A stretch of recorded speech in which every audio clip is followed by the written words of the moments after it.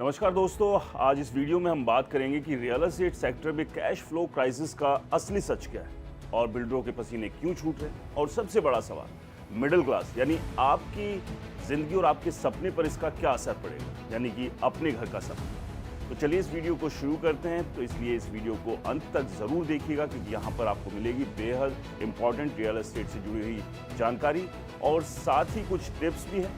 तो वीडियो अच्छा लगे तो इसे ज़्यादा से ज़्यादा शेयर भी कीजिएगा और चैनल को सब्सक्राइब और फॉलो करना भी बिल्कुल मत भूलिए। तो चलिए शुरू करते हैं। दोस्तों, बिल्डर के पास ज़मीन है, प्रोजेक्ट है, लेकिन कैश नहीं। सुनने में ये लाइन थोड़ी अजीब लगती है, लेकिन 2025-26 के रियल एस्टेट मार्केट की सबसे बड़ी सच्चाई यही। अगर आप बाहर से देखें तो लगेगा कि हर जगह क्रेन्स चल रही, नए नए लग्जरी प्रोजेक्ट्स लॉन्च हो रहे हैं, एड्स हर जगह दिख रही, लेकिन अंदर की कहानी बिल्कुल उल्टी है। असल में बिल्डर्स के पास एसेट्स यानी ज़मीन, बिल्डिंग, इन्वेंट्री तो बहुत है, लेकिन लिक्विड कैश नहीं है और यही उनकी सबसे बड़ी परेशानी बन चुकी है। अब इसे थोड़ा डेटा के साथ समझते हैं क्योंकि यही डेटा पूरी कहानी खोल देता है। दोस्तों, कई रिपोर्ट्स के अनुसार 2025 में इंडिया की हाउसिंग सेल्स में करीब 14% की गिरावट है, जहां 2024 में लगभग 4,60,000 यूनिट बिके थे, वहीं 2025 में गिरकर 3,90,000 यूनिट हो गए। और फाइनेंशियल ईयर 2026 में भी ट्रेंड बहुत खास नहीं था, जहां करीब 4,04,000 यूनिट ही बिक पाए, जबकि उसी दौर में बिल्डर्स ने लगभग 4,45,000 यूनिट लॉन्च कर दी। अब यहाँ सबसे बड़ा सवाल यही उठता है, जब डिमांड कम है तो सप्लाई इतनी ज़्यादा क्यों हो रही है, और यहीं से कैश फ्लो क्राइसिस शुरू होता है। देखिए, रियल एस्टेट का पूरा मॉडल कैश फ्लो पर चलता है। बिल्डर प्रोजेक्ट लॉन्च करता है, बुकिंग आती है, बायर इंस्टॉलमेंट्स देता है, उसी पैसे से कंस्ट्रक्शन आगे बढ़ता है और प्रोजेक्ट पूरा होता है। लेकिन अब प्रॉब्लम ये है कि बुकिंग स्लो हो गई है, बायर्स हेजिटेट कर रहे हैं और जो बायर पहले बुकिंग कर चुके हैं वो भी पेमेंट डिले कर रहे हैं, यानी इनफ्लो स्लो हो, लेकिन आउटफ्लो अभी भी चल रहा है। बिल्डर को लेबर का पैसा देना है, रॉ मटेरियल खरीदना है, अप्रूवल मेंटेन करने, बैंक लोन का इंटरेस्ट भरना, ये सब खर्च रुकते नहीं। यही वजह है कि कई रिपोर्ट्स में साफ कहा गया कि डेवलपर्स का कैश फ्लो प्रेशर में है क्योंकि वर्किंग कैपिटल रिक्वायरमेंट बढ़ती जा रही है। अब इसे आसान भाषा में समझते हैं। बिल्डर के पास 100 फ्लैट्स का प्रोजेक्ट है, लेकिन बिग सिर्फ 40 रहे, बाकी 60 फ्लैट्स इन्वेंट्री बनकर खड़े। इन 60 फ्लैट्स में बिल्डर का पैसा फंसा हुआ है। Cement, steel, labour, land cost सब लग चुका है, लेकिन पैसा वापस नहीं आ रहा। यही इन्वेंट्री पाइलअप असली विलन है। रॉयटर्स की एक रिपोर्ट में भी यही बताया गया कि इंडियन हाउसिंग मार्केट में डिमांड स्लो डाउन के शुरुआती संकेत दिखा रही है। अनसोल्ड इन्वेंट्री धीरे धीरे बढ़ रही है। अब सोचिए, अगर पैसा फंसा रहता है तो बिल्डर क्या करेगा? पहला असर, कंस्ट्रक्शन स्लो हो जाएगा। आपने खुद नोटिस किया होगा कि कई प्रोजेक्ट्स की डिलीवरी डिले हो रही है। दूसरा असर, बिल्डर नया प्रोजेक्ट लॉन्च करने से डरता है क्योंकि पुराने का पैसा अभी तक नहीं आया। तीसरा असर, बैंक लोन का दबाव बढ़ सकता है। आज कई डेवलपर्स हाई इंटरेस्ट लोन पर काम कर रहे हैं, जहां इंटरेस्ट रेट्स 10 से 14% तक पहुंच गए, और जब सेल्स नहीं होती तो ये इंटरेस्ट कॉस्ट भी प्रॉफिट खा जाती है। यही वजह है कि छोटे और मिड साइज बिल्डर्स सबसे ज़्यादा परेशान हैं क्योंकि उनके पास बड़े कॉर्पोरेट डेवलपर जैसा बैकअप नहीं होता। दोस्तों, ग्राउंड रियलिटी और इंटरेस्टिंग है।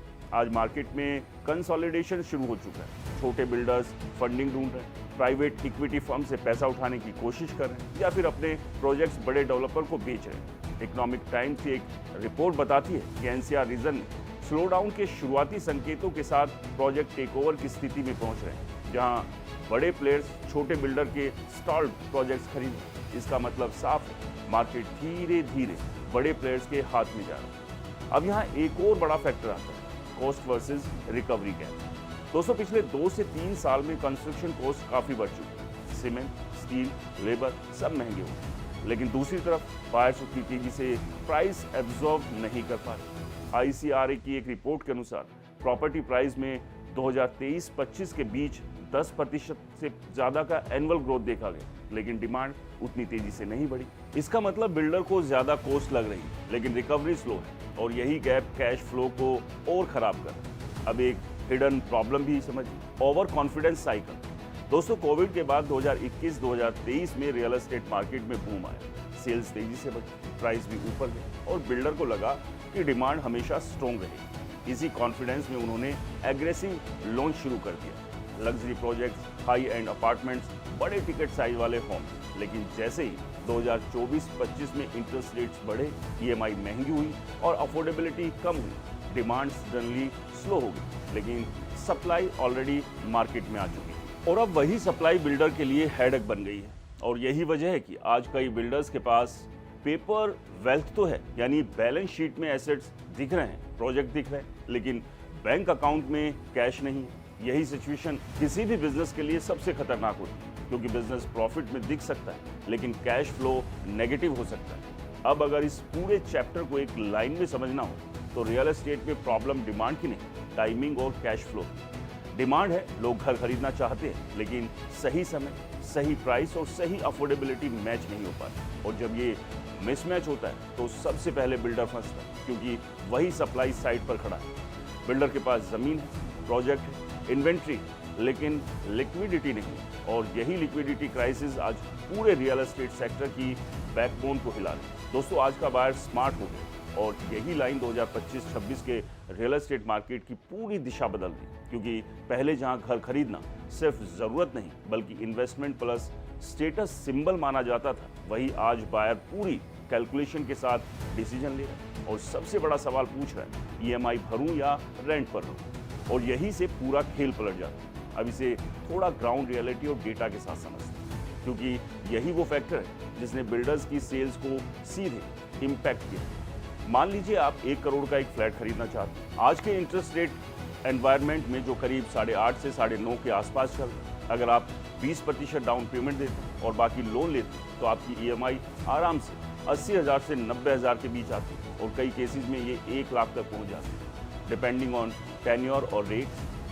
वही अगर आप उसी प्रॉपर्टी को रेंट पर लेते हैं तो मेट्रो सिटीज़ में उसका रेंट करीब 25,000 से 35,000 के बीच होता है। लोकेशन के हिसाब से थोड़ा ऊपर नीचे हो सकता है, यानी सिंपल मैथ है, ईएमआई रेंट से 2 से 3 गुना ज़्यादा है। अब बायर के दिमाग में कैलकुलेशन देखिए, अगर मैं 30,000 में वही घर रेंट पर ले सकता हूं तो 90,000 ईएमआई क्यों भरूं? और यही सवाल आज लाखों लोग पूछ रहे हैं। अब यहाँ एक साइकोलॉजिक शिफ्ट भी समझना जरूरी है। पहले लोग सोचते थे रेंट देना मतलब पैसा बर्बाद करना, लेकिन अब ये सोच बदल गई। आज का बायर कहता है कि एक्स्ट्रा 50 से 60,000 ईएमआई देने से अच्छा उस पैसे को एसआईपी, म्यूचुअल फंड या दूसरे इन्वेस्टमेंट में डालो, जहां उसे बेटर रिटर्न्स मिल सके और फ्लेक्सिबिलिटी भी बनी रहती है। और यही माइंडसेट चेंज सबसे बड़ा रीजन है डिमांड स्लो डाउन का। रॉयटर्स की एक रिपोर्ट में साफ कहा गया कि इंडिया के हाउसिंग मार्केट में डिमांड की ग्रोथ धीरे धीरे स्लो हो रही है, क्योंकि अफोर्डेबिलिटी इशू बढ़ रहा है और बायर वेट एंड वॉच के मोड में जा रहे हैं। यानी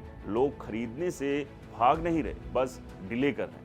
अब अफोर्डेबिलिटी की बात करें तो यहाँ भी डेटा काफ़ी कुछ बताता है। आईसीआरए की रिपोर्ट के अनुसार 2023 से 2025 के बीच हाउसिंग प्राइसेस में 10% से ज़्यादा सालाना बढ़ोतरी देखी, लेकिन इनकम उसी पेस में नहीं बढ़ी। यानी घर महंगे होते गए और लोग भी बाइंग कैपेसिटी उतनी नहीं बढ़ी। इसका सीधा असर ईएमआई पर पड़ा। लोन अमाउंट बढ़ा, ईएमआई बढ़ी और अफोर्डेबिलिटी कम हो गई। दूसरी तरफ रेंट्स जरूर बढ़े, लगभग 5 से 9% सालाना ग्रोथ देखी गई, बट फिर भी रेंट ईएमआई के मुकाबले काफ़ी सस्ता है और यही गैप बायर को रोक रहा है।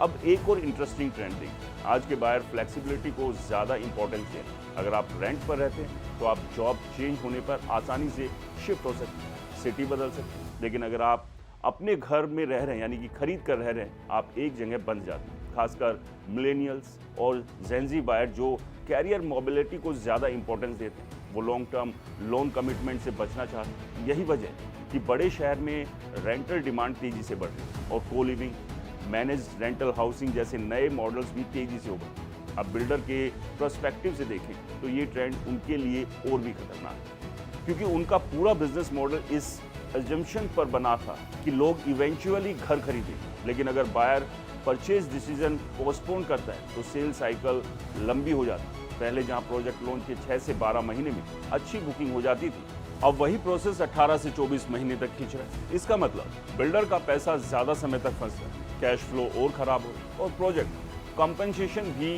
डिले हो सकता है। इकोनॉमिक टाइम की एक रिपोर्ट में ये भी हाईलाइट किया गया है कि हाउसिंग डिमांड में स्लो डाउन के शुरुआती संकेत दिखाई दे रहे हैं, खासकर मिड इनकम सेगमेंट जहां अफोर्डेबिलिटी सबसे बड़ा इशू बन चुका है। यानी प्रॉब्लम डिमांड की एब्सेंस नहीं, प्रॉब्लम अफोर्डेबिलिटी और टाइमिंग की। दोस्तों, लोग खरीदना चाहते हैं बट अभी नहीं। अब एक और हिडन एंगल समझिए, इंटरेस्ट रेट साइकिल। पिछले कुछ सालों में इन्फ्लेशन कंट्रोल करने के लिए सेंट्रल बैंक्स ने इंटरेस्ट रेट्स बढ़ाए, जिससे होम लोन महंगे हो गए। और जब इंटरेस्ट रेट बढ़ता है तो ईएमआई सीधे बढ़ जाती है। इवन अगर प्रॉपर्टी प्राइस सेम रहे, यानी बायर को दो ही मार झेलनी पड़ी, एक तरफ प्रॉपर्टी प्राइस बढ़ी, दूसरी तरफ लोन महंगा, और यही कॉम्बिनेशन डिमांड को कमजोर कर देता है। अब अगर इसे एक सिंपल स्टोरी में समझें, एक मिडिल क्लास फैमिली है जिसकी इनकम 1 लाख पर मंथ है। अगर वो 90,000 ईएमआई भरती है तो उसके पास बाकी खर्चों के लिए कुछ नहीं बचता। एजुकेशन, मेडिकल, लाइफस्टाइल, सेविंग सब प्रभावित होती है। वही अगर वो फैमिली 30,000 रेंट देती है तो उसके पास 60,000 एक्स्ट्रा बचता है, जिसे वो इन्वेस्ट कर सकते हैं या इमरजेंसी के लिए रख सकते हैं। अब ऑब्वियसली वो सेफर ऑप्शन चुनेगी, एंड यही रीजन है कि एंड यूजर मार्केट से टेम्परेरीली बाहर हो रहा है। और यही ट्रेंड बिल्डर के लिए सबसे बड़ी चुनौती बन चुकी है, क्योंकि इन्वेस्टर पहले ही मार्केट से धीरे धीरे निकल चुका है और अब एंड यूजर भी वेट कर रहे हैं, यानी डिमांड साइड दोनों तरफ से वीक हो रही है। यही वजह है कि कई प्रोजेक्ट्स में बुकिंग स्लो है, अनसॉल्व इन्वेंट्री बढ़ रही है और कैश फ्लो क्राइसिस और गहरा होता जा रहा है। जब ईएमआई भारी लगने लगती है दोस्तों और रेंट सस्ता दिखने लगता है तो बायर नेचुरली पीछे हट जाता है, और यही हेजिटेशन आज पूरे रियल एस्टेट मार्केट की डिमांड को धीमा कर रहा है। पहले मार्केट इन्वेस्टर चलाता था, अब एंड यूजर डिसाइड कर रहा है, और यही बदलाव 2025-26 के रियल एस्टेट मार्केट का सबसे बड़ा टर्निंग पॉइंट बन चुका है। क्योंकि अगर आप 2015 से 2022 तक का फेज देखें तो प्रॉपर्टी मार्केट का असली इंजन एंड यूजर नहीं बल्कि इन्वेस्टर था, जो लॉन्च के टाइम पर बुकिंग करता था, कंस्ट्रक्शन के दौरान ही प्रीमियम पर यूनिट बेच देता था और बिना घर लिए ही प्रॉफिट कमा लेता था। यानी रियल एस्टेट एक तरह से ट्रेडिंग एसेट बन चुका था, लेकिन अब पूरा इक्वेशन उल्टा हो गया। आज इन्वेस्टर मार्केट से धीरे धीरे गायब हो रहा है और इसके पीछे कई बड़े कारण हैं। पहला, प्राइसेस पहले ही काफ़ी ऊपर जा चुकी है। दूसरा, ग्रोथ की स्पीड स्लो हो गई। और तीसरा, लिक्विडिटी एग्जिट मुश्किल हो गया। वेल बुक की एक रिपोर्ट के अनुसार 2025 के बाद प्रॉपर्टी मार्केट में डिमांड में ठंडक आई और कई बायर्स पेमेंट डिले या कैंसिल कर देते हैं। यानी जो इन्वेस्टर पहले क्विक प्रॉफिट के लिए एंट्री करता था, अब वो खुद फंसने के डर से घबराया हुआ है। अब यहाँ प्राइस स्टैग्नेशन का डर भी बड़ा फैक्टर बन चुका है। पहले इन्वेस्टर को भरोसा था कि प्रॉपर्टी की कीमत हर साल 10 से 15% बढ़ेगी, लेकिन अब ग्रोथ लिमिटेड हो गई है। कई मार्केट्स में प्राइस स्टेबलाइज हो रहे हैं और कुछ जगहों पर करेक्शन की बात हो रही है, जिससे स्पेकुलेटिव बाइंग कम हो गई। रॉयटर्स की रिपोर्ट भी इशारा करती है कि हाउसिंग डिमांड में क्रैक्स दिख रहे हैं और मार्केट धीरे धीरे कूलिंग फेज में जा रहा है। यानी इन्वेस्टर अब रिस्क लेने से बच रहा है। लेकिन कहानी यहीं खत्म नहीं होती दोस्तों। दूसरी बड़ी गलती सप्लाई साइड पर, जहां बिल्डर्स ने डिमांड को सही तरीके से पढ़ा ही नहीं। कोविड के बाद लग्जरी हाउसिंग बूम आया, हाई इनकम बायर्स एक्टिव हुए और बिल्डर्स ने उसी ट्रेंड को पकड़कर बड़े बड़े लग्जरी प्रोजेक्ट्स लॉन्च कर दिए, 3 BHK, 4 BHK, पेंट हाउसेज। लेकिन धीरे धीरे मिडिल क्लास सेगमेंट पीछे छूट गया। इकोनॉमिक टाइम्स की एक रिपोर्ट के अनुसार कई शहरों में 1 BHK और अफोर्डेबल हाउसिंग की सप्लाई में भारी गिरावट है। कुछ केसेस में ये गिरावट 50% से ज़्यादा पहुंच गई। यानी मार्केट में डिमांड तो है, बट जिस सेगमेंट में डिमांड है वहाँ सप्लाई है ही नहीं, और जहाँ सप्लाई है वहाँ बायर नहीं। यही मिसमैच बिल्डर के लिए सबसे बड़ा ट्रैप बन गया। अब तीसरा बड़ा झटका इन्वेस्टर साइड से, प्राइवेट इक्विटी यानी PE इन्वेस्टमेंट, जो रियल एस्टेट सेक्टर को एक बड़ा फंडिंग सोर्स होता है, उसमें भी गिरावट देखने को मिली। इन्फॉर्मेरिक्स की एक रिपोर्ट के अनुसार 2025-26 में रियल एस्टेट सेक्टर में PE इन्वेस्टमेंट करीब 29% तक गिर गई। यानी बिल्डर्स के पास फंडिंग के ऑप्शंस भी कम हो रहे हैं। पहले जहां डेवलपर्स इजीली PE फंड्स या इंस्टीट्यूशनल इन्वेस्टर्स से पैसा उठा लेते थे, अब उन्हें ज़्यादा सिक्योरिटी, हाई कॉस्ट और लिमिटेड फंडिंग का सामना करना पड़ता। अब इन तीनों चीज़ों को जोड़िए, इन्वेस्टर्स गायब, एंड यूज़र हेजिटेट कर रहे हैं और फंडिंग कम, तो रिजल्ट क्या होगा? सिंपल, सेल्स गिरेगी, इन्वेंट्री बढ़ेगी और कैश फ्लो और ख़राब होगा। और यही आज ग्राउंड रियलिटी है। कई प्रोजेक्ट्स में बिल्डर यूनिट बेच नहीं पा रहे, इन्वेस्टर्स एग्जिट नहीं कर पा रहे और एंड यूज़र वेट कर रहे हैं। यानी पूरा मार्केट स्टक हो गया।